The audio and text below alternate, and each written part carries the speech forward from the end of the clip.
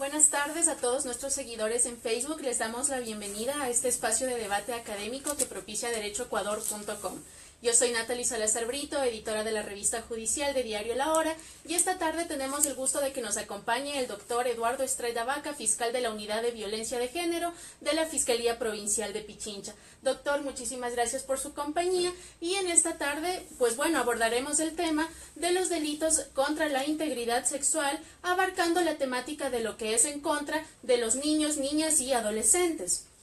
Doctor Eduardo, buenas tardes y bienvenido.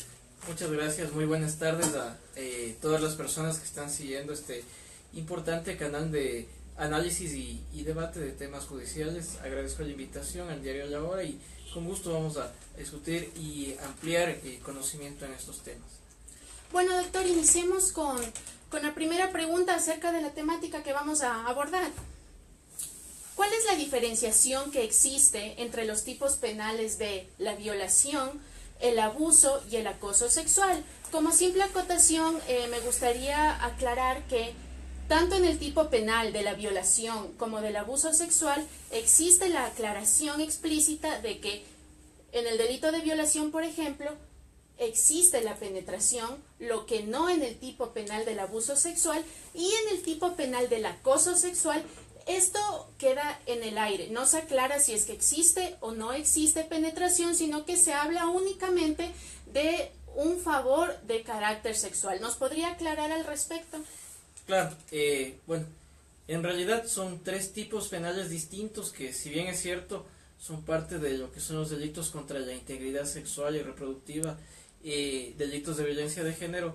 Es evidente que la violación, como muy bien lo manifestaba, es una acción que tiene como fin el realizar un acceso carnal, sea por cualquiera de las vías bucal, anal o vaginal, y que efectivamente se da bajo cualquiera de las circunstancias que establece el artículo 171. Una persona que sea menor de 14 años, o si ha existido violencia, amenazas de intimidación, o incluso en caso de una persona que ha estado en estado de inconsciencia, o que por alguna discapacidad o circunstancia no haya podido defenderse.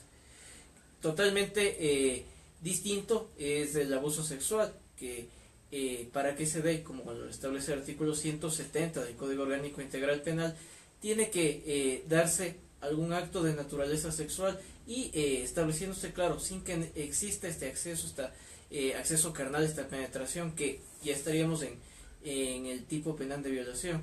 El acoso sexual es un delito de violencia de género distinto en este sentido. El abuso y la violación, claro, tienen esta diferencia conceptual y que de manera material se puede establecer. Sin embargo, en el caso del acoso, lo que se establece como elementos principales es que exista una relación de poder. Estamos hablando un profesor con una alumna, una persona en relación de dependencia frente a quien es su jefe o quien tiene un cargo superior, una persona, por ejemplo, frente al religioso, la persona que sea la que esté al mando en esta religión que exista, o cualquier tipo de otra relación donde existe este eminente elemento que es la relación de poder, y se solicita un favor de naturaleza sexual. Pero al hablar de favor de naturaleza sexual, y nos ha establecido no solo el Código Orgánico Integral Penal, sino la doctrina, que esto va claramente evidenciado en acciones tendientes efectivamente a solicitar, aprovechando esa relación de poder, un hecho de naturaleza sexual, que puede ser una propuesta, y que siempre lo ha establecido el mismo Código Orgánico Integral Penal, tenga un fin, que esté claro. El fin es que exista un miedo, una amenaza de que si no realiza este acto de naturaleza sexual o esta propuesta no accede, pueda tener tal vez un problema en el ámbito educativo, en el ámbito religioso, en el ámbito laboral, y que claro, implica esto. Y sin embargo, el Código Orgánico Integral Penal ha traído algo que es muy importante, que es en el último inciso del artículo que establece el acoso sexual, cuando no existan estas circunstancias, estas relaciones, que no sean laborales o, como habíamos dicho, educativas o de cualquier otro tipo, pero exista también esta propuesta de naturaleza sexual, también se entiende como acoso. El acoso tiene ese fin, afectar a una persona en uno de los elementos principales, que es la libertad sexual que tiene, y aprovechando esta relación de poder. Bueno, habiendo ya tenido una explicación tan brillante de parte del doctor Estrella, muy clara, precisa, es necesario abordar la temática acerca de las circunstancias agravantes de la infracción en torno al cometimiento de delitos que van en contra de la integridad sexual y que se encuentra tipificado en el artículo 48 de nuestra normativa penal vigente. Doctor, en el caso de una agresión sexual dirigida a un niño, niña o adolescente, ¿cuál de las medidas agravantes fijadas en este articulado sería pertinente para el caso? En este artículo se menciona justo lo que usted acaba de abordar, que es que existan relaciones de poder, ya sean laborales, ya sean en el ámbito educativo, incluso dentro del propio núcleo familiar. ¿Qué medidas agravantes cree usted que suelen presentarse en este tipo de agresiones? Bueno, muchas gracias por la pregunta, es muy clara. Hay varias circunstancias agravantes que ha establecido el Código Orgánico Integral Penal, es muy importante establecer cuáles son las principales que se prueban en la mayoría de casos. La principal que se establece es conocer con anterioridad a la víctima. ¿Por qué razón? Porque el hecho de conocer con anterioridad a la víctima permite que el agresor tenga un acceso a esa instancia de reserva, de clandestinidad, donde realiza estos actos de naturaleza sexual. Es una circunstancia muy importante. La mayoría de casos de delitos de violencia de género se dan bajo esa confianza que existe. Entonces, conocer con anterioridad a la víctima es uno de las agravantes principales que se prueban. Encontrarse en situación de vulnerabilidad por parte de la víctima, que es otra de las que se ha probado en muchos casos, que el agresor, aprovechando una circunstancia de vulnerabilidad, puede ser económica, social, de la víctima, se acerca y realiza este acto, que puede ser violación, abuso sexual o cualquiera de los otros tipos penales. Hay varios tipos penales muy nuevos que trajo el COI, como el grooming, que está definido que es como el acercamiento por base de medios electrónicos y que tiene una finalidad sexual con una persona menor de 18 años. Entonces, la mayoría de agravantes que se prueban son esas: encontrarse en el círculo familiar. Y el mismo 171 establece dentro del mismo artículo agravantes cuando el sujeto pasivo, en este caso la víctima, sea un niño, una niña, y se haya realizado este acto. Entonces son importantes aclarar que estas circunstancias, sobre todo una que se ha probado mucho, es cuando se han dado en medios de transporte público o medios masivos o en lugares públicos. Hay varios casos que se han dado en estos hechos sea en el trolebús, en la ecovía o en algún taxi o algún medio de transporte público. Entonces esto es muy importante también. Bueno, dentro de lo que es la práctica procedimental penal, es sabido que se debe manejar de una manera muy delicada la obtención de la prueba. ¿Bajo qué parámetros se obtiene la prueba? Muestras corporales, fluidos de carácter biológico, ADN, incluso obtención de muestras moleculares para poder constituir la existencia del delito. ¿Bajo qué parámetros se realizan estas pericias? Gracias. Bueno, en realidad las pruebas principales en casos de violencia de género son el testimonio de la víctima y la valoración psicológica que se realicen. Eso lo ha establecido incluso con jurisprudencia de la Corte Nacional de Justicia, según la resolución 1219 del 2012, en la que ha determinado que son los elementos principales de estos. Hablando ya de elementos técnicos, es muy importante. Muchos casos de violencia de género que se han podido realizar valoraciones ginecológicas horas después de realizado estos hechos, se levantan indicios. Estos indicios siempre están en cadena de custodia desde el momento en que el médico legista realiza este levantamiento de indicios y se remiten al laboratorio de ADN de Fiscalía. Este laboratorio de ADN de Fiscalía cuenta con todos los instrumentos y todos los reactivos para realizar una identificación de ADN, que se realiza una comparación genética en caso de que exista un sospechoso o una persona procesada. Para realizar esto se tiene que tener sí o sí el consentimiento de la persona procesada o del sospechoso, y se lo realiza con autorización judicial para poder realizar esta comparación. O de su representante legal en el caso de tratarse de un menor de edad. Bueno, estamos hablando del presunto agresor en este caso, que se necesitaría la autorización de ok, él. perfecto. Claro, en el caso de una niña, niño o adolescente que va como víctima, siempre se va a realizar una valoración genética o psicológica con autorización de los padres. Y o siempre de una representantes. manera bastante delicada, minuciosa, tratando de proteger el estado emocional y psicológico de la víctima, que desde ya se encuentra violentado y bastante afectado, ¿no? Por la agresión sexual de que sufrió. Por supuesto, siempre el objetivo principal de Fiscalía y de todo el sistema de atención integral es evitar la revictimización. Por eso, al realizar este tipo de pericias, se trata de hacer lo menos invasiva posible. Una valoración psicológica que sea completa, con el fin de que no se realicen 3, 4 o 5 seguidas, y que esto podría causar una afectación. Una sola, muy bien hecha, y de igual manera una valoración ginecológica en presencia de los padres, tomando las muestras y realizando lo adecuado dependiendo del caso. En caso de un abuso sexual, donde remita o diga la víctima que no existió un acto de acceso carnal, sería ilógico que un médico legista realice una exploración completa de todo por ejemplo, del canal vaginal, para determinar que existan muestras de P30 o espermatozoides, si eso no se refiere. Entonces, siempre se intenta hacerlo menos invasivos para garantizar los derechos que tienen las víctimas. Doctor, una pregunta. En el caso de que no existan pruebas o elementos de convicción que determinen la culpabilidad del imputado, ¿es suficiente el testimonio anticipado de la víctima, así como la pericia de valoración psicológica del sujeto activo, para determinar la culpabilidad de éste en el cometimiento del delito? Bueno, como decía en un inicio, y esto es muy importante, las pruebas principales de un caso de violencia de género es el testimonio anticipado que se realiza a la víctima en cámara de Gesell para evitar la revictimización, la evaluación psicológica, y todos los elementos adicionales de manera periférica se ven en función de estos. No quiere decir que con el testimonio de una víctima es el elemento suficiente para condenar a una persona, sino que, como se da en clandestinidad, es el testimonio más la valoración psicológica, y en el caso de que existan más pruebas, lo que determinan tanto la existencia del delito como la participación de la persona procesada.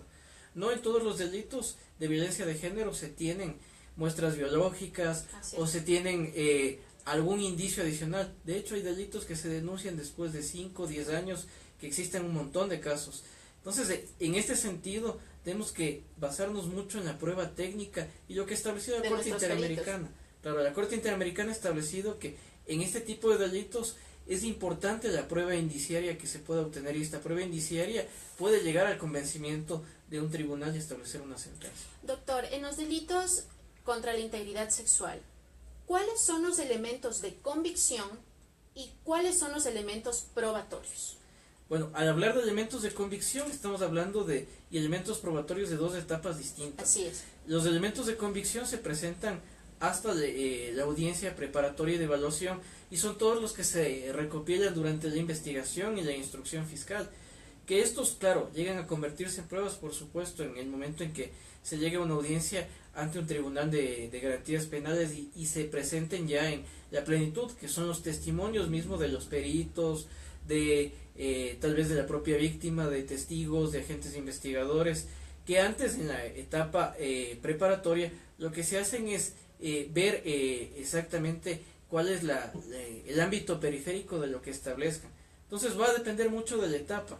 Más bien, el juez evalúa esto como elementos de convicción en una etapa preparatoria, y en una etapa de juicio el tribunal ya ve a profundidad, porque las partes van a preguntar a los testigos y van a sacar toda la información. Doctor, ¿podríamos hablar entonces que los elementos de convicción nos sirven para determinar la existencia del acto antijurídico y los probatorios para determinar la culpabilidad del imputado? Yo creo que los elementos probatorios sirven para las dos cosas en la etapa de juicio. Y lo que hacen anteriormente como elementos de convicción es darle esa idea al juez de que una persona puede ser llevada ante un tribunal para ser juzgada. Perfecto. Bueno, hemos hablado de que todas las pericias y las diligencias que se realizan en torno a estos delitos que, bueno, son tan desagradables en contra de la integridad sexual de los niños, niñas, adolescentes y de las personas en general, se las realiza de modo de evitar la revictimización del sujeto pasivo de la infracción. Por lo tanto, doctor, es necesaria la comparecencia de la víctima, más aún tratándose de menores de edad, a la audiencia de juicio, aún habiendo ya rendido el testimonio anticipado en cámara de Gesell, o es justamente esta pericia lo que evita la revictimización del sujeto pasivo en audiencia de juicio? Sí, precisamente el realizar un testimonio anticipado de una manera técnica en una cámara de Gesell, es decir, que la víctima tenga un diálogo con un psicólogo, incluso si son niños, niñas o adolescentes, utilizar mecanismos pedagógicos para explicar un hecho que es traumático. No es necesario en ningún momento que una víctima de violencia de género esté en una audiencia de juzgamiento. Es más, sería un hecho revictimizante que esté frente al agresor, porque quien es la persona procesada va a estar necesariamente en una audiencia de juicio. Sin una persona procesada no se puede llevar a cabo. Entonces, para nada es recomendable que esté la víctima de estos hechos, y más bien lo que se intenta siempre es evitarlo, a realizar todas estas pericias en un momento investigativo, incluso si es un delito flagrante en las primeras etapas de la instrucción, y después de eso preocuparse mucho de que sí reciba una terapia psicológica y que pueda recibir todo el apoyo necesario, pero no que pueda revivir este momento que sería revictimizante, ¿no? Como fiscal de violencia de género, ¿cree usted que se ocasiona una mayor ruptura en todo lo que es la psiquis de la víctima, en su estado emocional, en su relación con el entorno social, cuando este tipo de agresiones son ejecutadas por personas de su propio núcleo familiar o por personas que presuntamente estaban al cuidado de la víctima? La mayoría de los delitos de violencia de género, bajo la experiencia que tengo como fiscal de esta unidad, se dan en ese ámbito, en un ámbito cercano. No siempre, pero sí se dan en muchos casos. Y eso evidentemente es más complejo. Hay varios psicólogos, y referente de eso no podría ampliar en plenitud porque es un tema más psicológico, pero sí, en varios casos los psicólogos han establecido la complejidad de llevar a cabo una terapia para una persona que ha sido afectada en el mismo entorno familiar, incluso porque en muchos casos tiene que salir de ese entorno y tiene que integrarse a un nuevo entorno familiar, que pueden ser los tíos, los abuelos, o en el peor de los casos incluso ir a una casa de acogida, y es realmente un proceso muy complejo para un niño, una niña, un adolescente, y que en realidad se lo ve en el proceso. Se ve que incluso ese ámbito familiar ha permitido que exista la confianza necesaria para que se dé este tipo de hechos. Perfecto. Dentro de la etapa que aborda lo que es la investigación previa, es el momento donde de oficio se le solicita al juez la ejecución del testimonio anticipado de la víctima. Puede existir el caso de que debido a alguna urgencia que se presente, este testimonio anticipado no se lo tome a través de cámara de Gesell, sino como versión ante autoridad competente, que en este caso sería el fiscal que lleva la causa. Bueno, en realidad no sería el mecanismo técnico adecuado, sobre todo si hablamos de niños, niñas y adolescentes, aún en casos tan complejos que se han dado en flagrancia, y que de pronto un niño, niña o adolescente tal vez no tenga su domicilio en este lugar, en la ciudad en la que se dé, y tenga que viajar o transportarse a otro lugar. Se puede solicitar al mismo juez de flagrancia que haga un testimonio anticipado, pero no sería lo más recomendable en ningún caso que esto se dé como una versión, porque justo lo que hablábamos era de evitar la revictimización, y quien da una versión tiene que ir necesariamente en algún momento a dar un testimonio, ya que la versión nos sirve como elemento de probatorio. Podría llegar a ser hasta un elemento de convicción para una audiencia preparatoria, pero sí o sí tendría que rendir un testimonio. Entonces, tomarle dos veces una versión y un testimonio después no tendría mucho sentido. Bueno, es que han habido casos de que, bueno, la víctima ya pone su denuncia por agresión sexual, todavía se está en la fase de investigación previa, el sujeto pasivo de la infracción, el presunto culpable, no está todavía detenido y de casualidad la víctima llega a reconocer a su agresor en un día y hora imprevistos. La víctima acude a la policía, dice sí, sabe que este hombre me violó, me agredió sexualmente, lo retienen, pero no puede estar retenido por más de 24 horas. Entonces es en estos casos emergentes cuando yo creería que puede no proceder el testimonio anticipado en cámara de juez, para que no salga libre el presunto sospechoso por la agresión sexual dentro de las 24 horas. Bueno, estamos hablando de un supuesto que no es flagrante, entonces entrar a esa discusión de ver si evidentemente una persona se le puede detener 24 horas sin tener los suficientes elementos es bastante complicado. Sin embargo, yo creo que aún en esos casos tenemos una unidad de flagrancia que funciona 24 horas, tenemos fiscales las 24 horas que pueden realizar tranquilamente un testimonio anticipado, hay psicólogos 24 horas, entonces puede haberse dado tal vez en algún caso, no lo conozco, pero no sería el procedimiento sería un testimonio anticipado, siempre. Doctor, ¿qué diligencias se efectúan en la indagación previa en delitos contra la integridad sexual y qué tiempo dura aproximadamente una investigación previa?